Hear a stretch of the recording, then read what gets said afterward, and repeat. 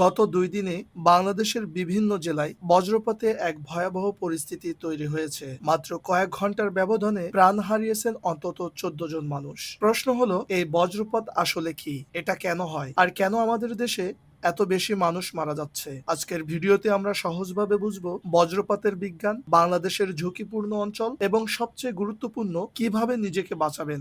বজ্রপাত কিভাবে তৈরি হয়? বজ্রপাত হলো প্রকৃতির একটি শক্তিশালী বৈদ্যুতিক ঘটনা। এটা ঘটে আকাশের মেঘের ভিতরে তৈরি হওয়া চার্জের ভারসাম্যহীনতার কারণে। ঝড়ের সময় মেঘের ভিতরে পানি, বরফকণা এবং বাতাস একে অপরের সাথে ধাক্কা খায়। এই সংঘর্ষের ফলে মেঘের মধ্যে দুই ধরনের বৈদ্যুতিক চার্জ তৈরি হয়। মেঘের উপরের অংশে জমা হয় পজিটিভ চার্জ আর নিচের অংশে জমা হয় নেগেটিভ চার্জ। এখন মাটিতেও পজিটিভ চার্জ তৈরি হয়। যখন এই দুইয়ের মধ্যে বৈদ্যুতিক পার্থক্য অনেক বেশি হয়ে যায়, তখন হঠাৎ করে এক বিশাল শক্তির বিদ্যুৎ প্রবাহ ঘটে। এই বিদ্যুৎ প্রবাহই হচ্ছে বজ্রপাত। একটা বজ্রপাতের তাপমাত্রা প্রায় ৩০,০০০ ডিগ্রি সেলসিয়াস পর্যন্ত পৌঁছাতে পারে, যা সূর্যের থেকেও বেশি গরম। বজ্রপাত কেন হয়? বজ্রপাত সাধারণত হয় যখন বাতাস খুব গরম থাকে, বাতাসে আর্দ্রতা বেশি থাকে এবং উষ্ণ ও ঠান্ডা বাতাস একে অপরের সঙ্গে সংঘর্ষ করে। এই তিনটি উপাদান একসঙ্গে থাকলে বজ্রঝড় তৈরি হয়। বাংলাদেশে এই পরিস্থিতি প্রায় তৈরি হয়, বিশেষ করে গ্রীষ্মকাল এবং কালবৈশাখীর সময়। তাই আমাদের দেশে বজ্রপাত একটি নিয়মিত কিন্তু অত্যন্ত বিপজ্জনক প্রাকৃতিক ঘটনা।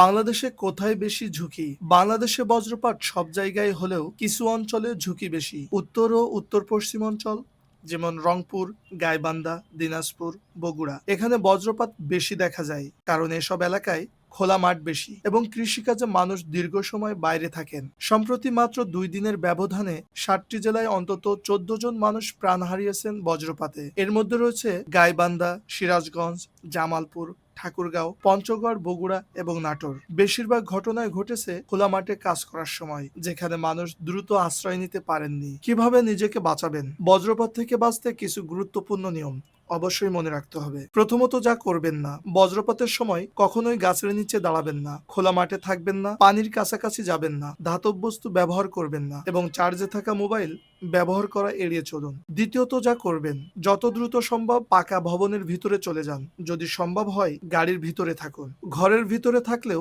জানালা, দরজা এবং বৈদ্যুতিক যন্ত্রপাতি থেকে দূরে থাকুন। গুরুত্বপূর্ণ সতর্কতা: যদি বজ্রপাতের আলো দেখার ৩০ সেকেন্ডের মধ্যে শব্দ শুনতে পান, তাহলে বুঝবেন বজ্রপাত খুব কাছেই হয়েছে। এই অবস্থায় আপনি মারাত্মক ঝুঁকিতে আছেন। যদি কোনো আশ্রয় না থাকে, তাহলে ২ পা একসাথে রেখে নিচু হয়ে বসে পড়ুন, কিন্তু কখনোই পুরো শরীর মাটিতে শুয়ে দেবেন না। বজ্রপাত শুধু একটি প্রাকৃতিক ঘটনা নয়, এটা প্রতিনিয়ত জীবন কেড়ে নেওয়া এক নীরব ঘাতক। কিন্তু সঠিক সচেতনতা এবং কিছু সহজ সতর্কতা আপনার জীবন বাঁচাতে পারে। সচেতন থাকুন, নিরাপদ থাকুন।